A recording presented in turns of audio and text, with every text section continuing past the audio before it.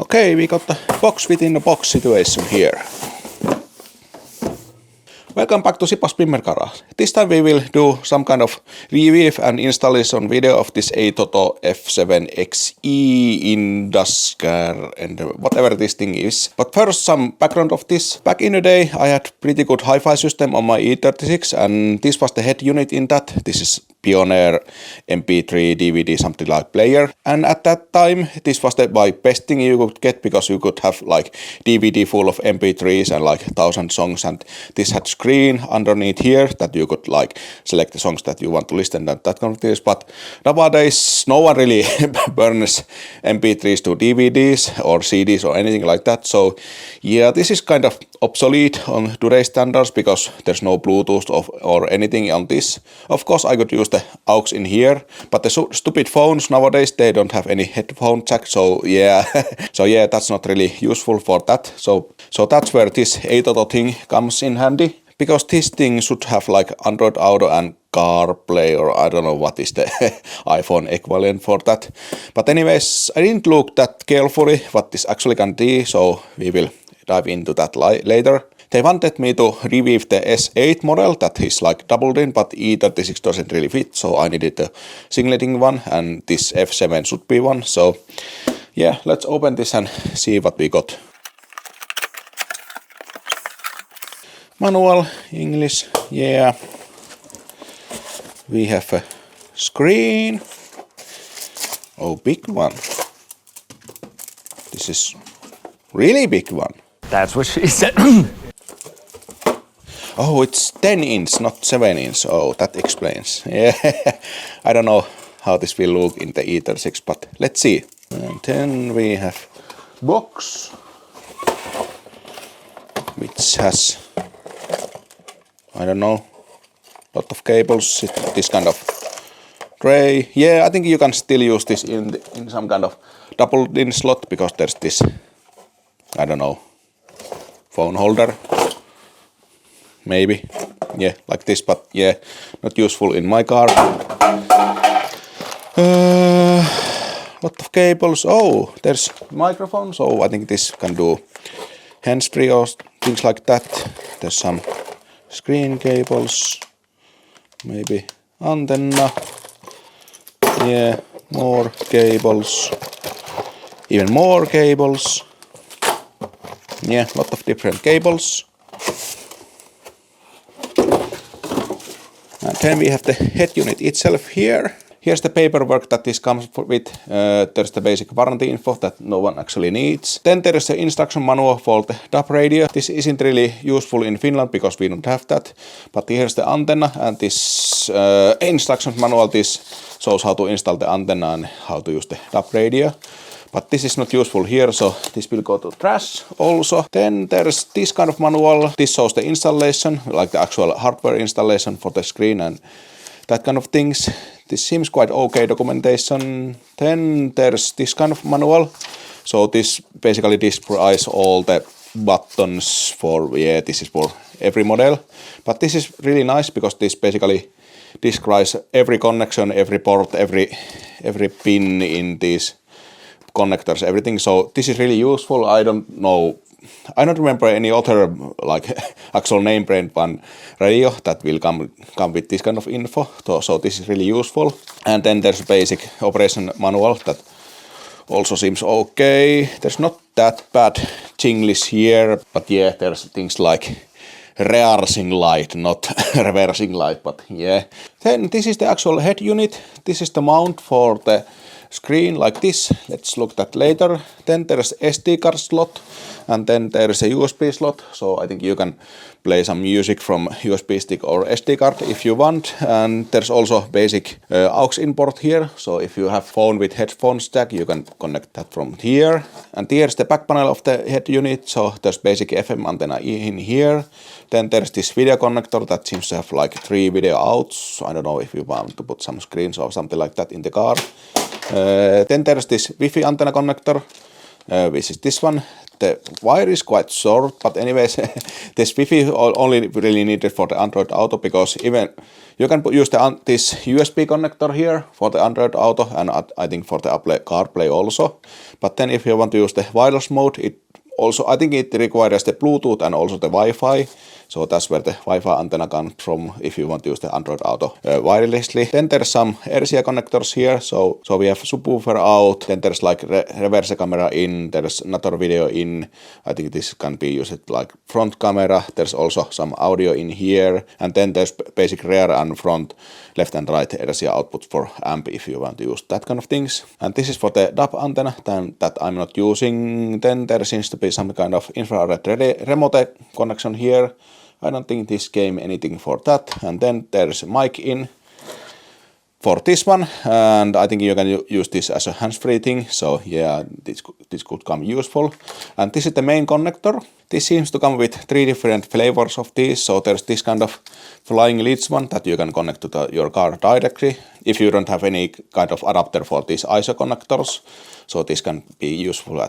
Then there's 2 different ISO connectors here. So there's this A1 and B1, and at least the instructions say it, I don't know where here, it said that this A is like the standard one, but if this A1 doesn't work, there's this another B1 that has some wires flipped, so that kind of things. So yeah, I think that's much better than many name brand one comes, because they usually only have like one cable like that and then nothing else. Then we have the mounting hardware. This is the basic that goes to the ISO slot. So you can bend these tabs to lock this in place, and then you can push in the radio like that. Then we have these kind of pins that you can use to get this out, and there's this kind of brackets here that you can also use to mount this, because in some cars you cannot use this kind of bracket here, but usually those cars, they have like panel here that has a lot of holes, so you can use these brackets to mount this in here. Then of course we have the actual screen here. This looks actually huge because this is the 10-inch one. There's a couple of buttons here, and I think this is touch screen. And there's this kind of mount that is used to mount this to the radio. There seems to be a lot of different slots and different angles that you can mount this on the car. So there's many different ways to actually put this in the car so that this doesn't block any air vents or buttons or anything. But yeah, I think I will now temporarily install this screen to the head unit and wire this to the garage speakers and some kind of power supply so that I can try this here on the bench. Okay, I have now temporarily installed this here, so I have the power and a couple of speakers connected and even a subwoofer. So in that way we can try this before I install this on car. I also have the Wi-Fi antenna here, and then this is the link for the phone, and yeah, that's pretty much it that I have connected. So let's power on this.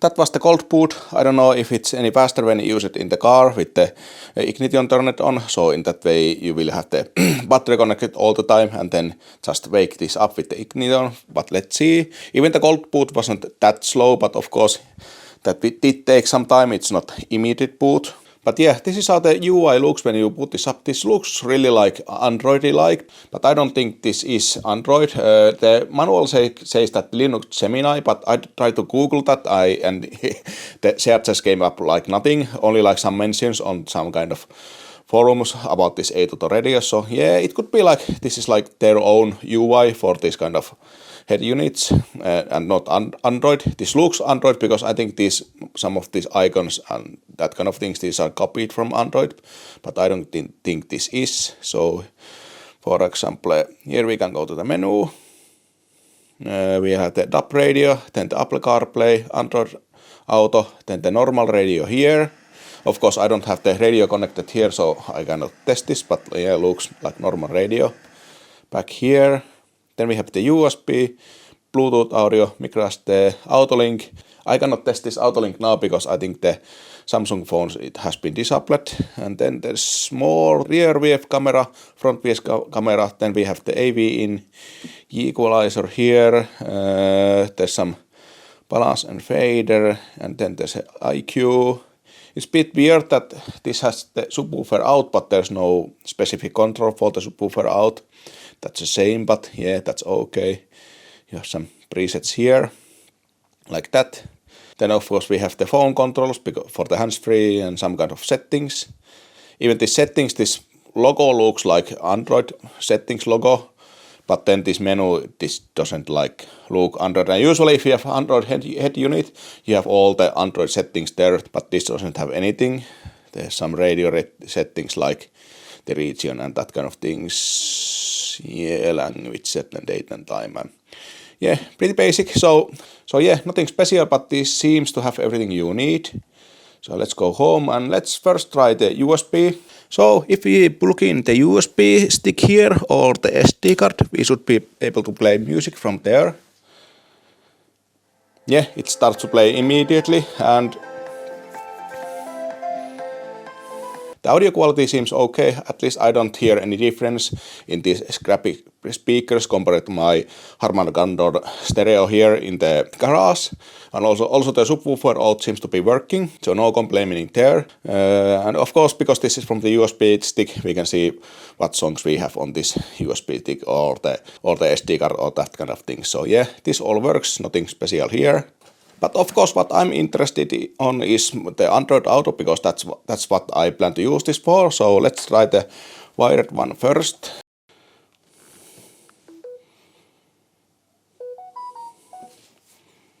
Okay, now it works immediately. Yeah, okay. Start.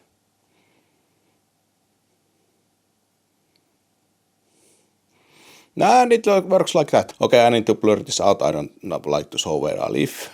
Just a sec. Okay, Android Auto seems to work quite well. I don't see any complaining here. So yeah, it's not lightning fast response like you got on the phone, but yeah, this is plenty for actually using this on the car. And of course, yeah, you have the Spotify here, then the calls and the settings. So yeah, all this seems to work like you usually have in the Android Auto. I think this seems to be like even more responsive than like in some cars originally, like you have the factory car and factory Android Auto, and yeah, this seems to be working much better than that, or at least much more responsive, so no complaining there. The manual also mentions that this can charge the phone up to 1.5 amps when it's used in the Android Auto, so let's try that. It seems to be settling around 1.2 amps. And yeah, when you connect this to the phone, it will like immediately pop up on the screen, so that's great. It works really fast like that. But yeah, the charging is to be charging like 1.2 amps, so yeah, not quite the 1.5, but that could be phone thing. There's some difference between phones, how well they charge. Okay, I also want to try the wireless Android Auto, so I think we need to go here, continue.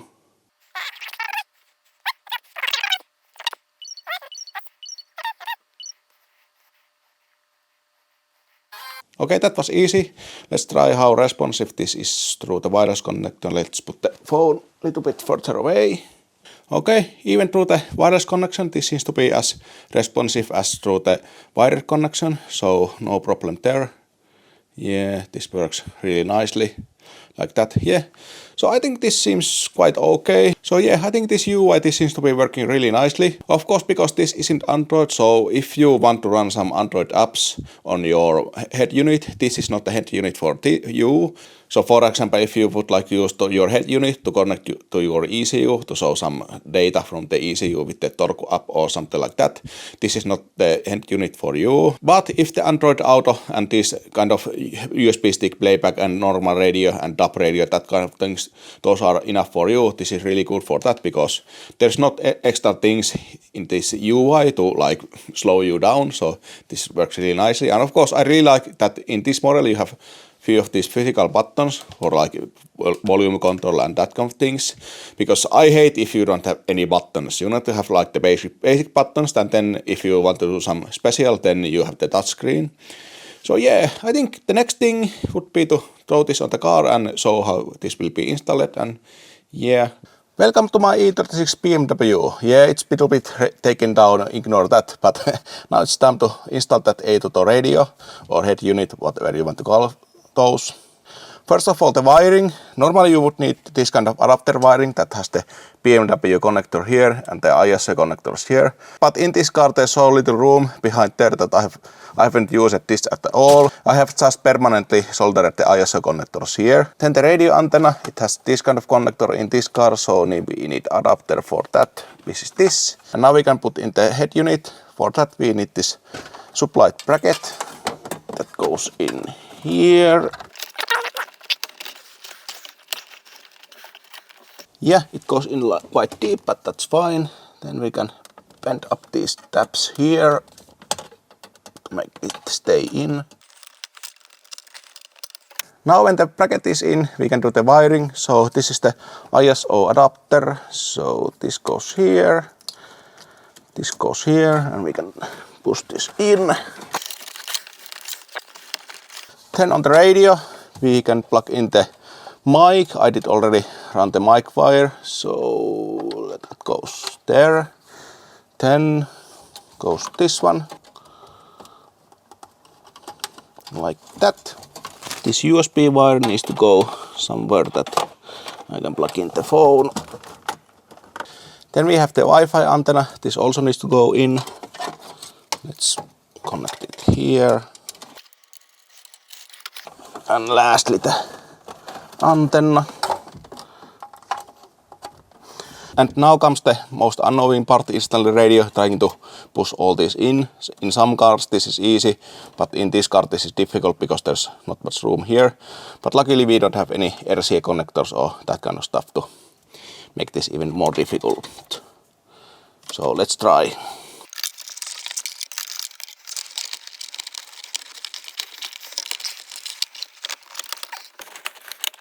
It's in like that. That was surprisingly easy.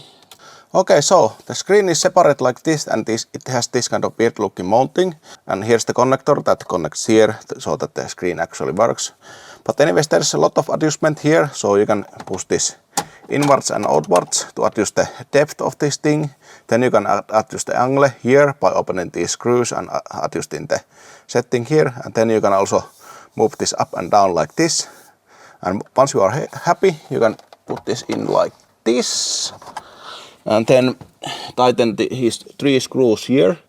But at least on this car, there's a problem because, yeah, as you can see, it hits here. And even if I push this all the way in, it still hits the screen. So yeah, it's like almost usable, but I don't know, like you need to have some room here to actually use this. So yeah, I don't know if I will get this working on this car, but yeah, let's at least install this.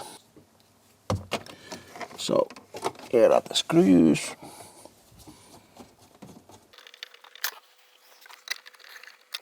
And we should be ready to try. But yeah, installation is easy like that. That took like 5 minutes, so nothing special. But yeah, I'm not 100% happy how this sits here, because it sits so out here, even though this is like as far in as it goes. So yeah, they have some work to do, because there's like good 5 centimeters room here, and that's why this is hitting the stalks, and then the steering wheel would be here and so on. So yeah, keep in mind if you're planning to buy one that this screen is huge, and yeah, it doesn't probably fit these kind of older cars. But yeah, even though it doesn't seem to be fitting here, I think I'm going to try to hack this so this will sit further in so that it doesn't hit the stalks, and then it should be fine. Like I need like 2 to 3 centimeters room here so that this clears nicely. And yeah, I think I can do that in some way. So, but yeah, I think this is enough for this video, and let's try to build this car on the next video.